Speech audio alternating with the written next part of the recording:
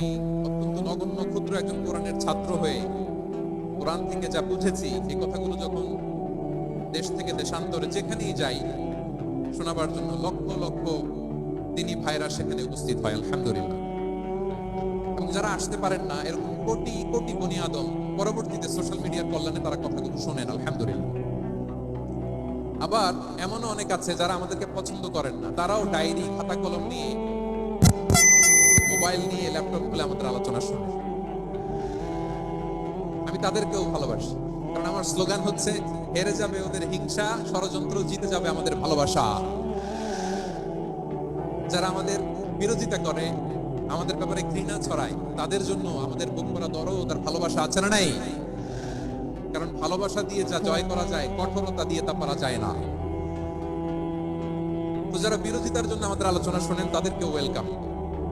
যারা আমাদের আলোচনা আউট অফ কনটেক্সট নিয়ে এক জায়গার মাথা আর এক জায়গার লেজ জুড়ে দেন তাদেরকেও ওয়েলকাম। গত সপ্তাহে আপনারা জানেন খুলনা বিভাগের প্রোগ্রাম আমি দিয়েছিলাম যশোরে আদ্দিন ফাউন্ডেশনের উদ্যোগে। তো যশোরের প্রোগ্রামের এক ভিডিওর পেছনে আমাদের কিছু দিনী ভাইরা 6 বছর আগের এক অডিও ব্যাকগ্রাউন্ডে জুড়ে দিয়ে বিভ্রান্তি ছড়ানোর জন্য সোশ্যাল মিডিয়াতে ছড়িয়ে দিয়েছে। তো তাদের প্রতি আমাদের কোনো রাগ নাই, ক্ষোভ নাই, তারা হয়তো দিনই তাকাতার থেকেই করেছে। কিন্তু তারা হয়তো বুঝতে পারে না এই যে রিসেন্ট আলোচনার ভিডিওর পেছনে 6 বছর আগের অডিও জুড়ে দেওয়া, এটাকে বাংলায় বলে প্রতারণা। কি বলে?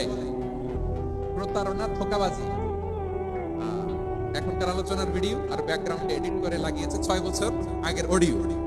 এটারে প্রতারণা বলে, ধোঁকাবাজি বলে। আর বিশ্বনবী বলেন মান গাশানা ফালাইসা মিন্না, the person who deceives us he is not among us।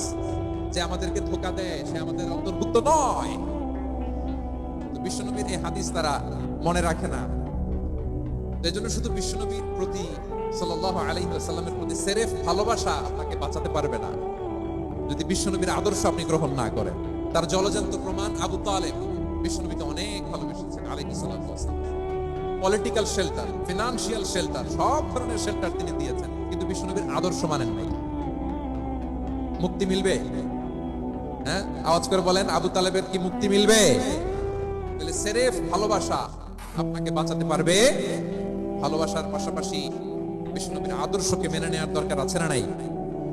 তো যারা এই সমস্ত কাজ করেন আমাদের ভাইরা, তাদের জন্য আল্লাহ তাআলার কাছে আমরা হেদায়েতের দোয়া করি। প্রিয় ভাইরা, আমি আর কাল বিলম্ব না করে আসুন সরাসরি মহাবিশ্বের মহাগ্রন্থ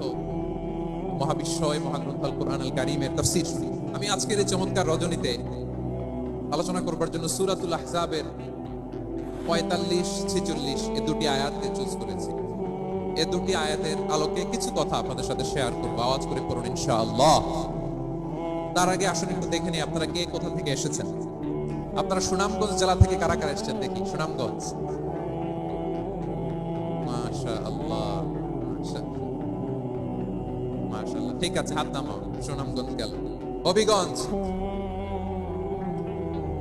হবিগঞ্জ, ঠিক আছে, হাত নামাও। মৌলভীবাজার দেখি, মৌলভীবাজার, মাশাআল্লাহ, ঠিক আছে। এবার সিলেটের কারা কারা দেখি।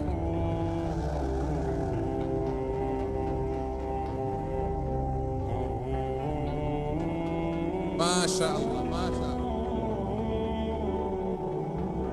বক্কা বক্কা,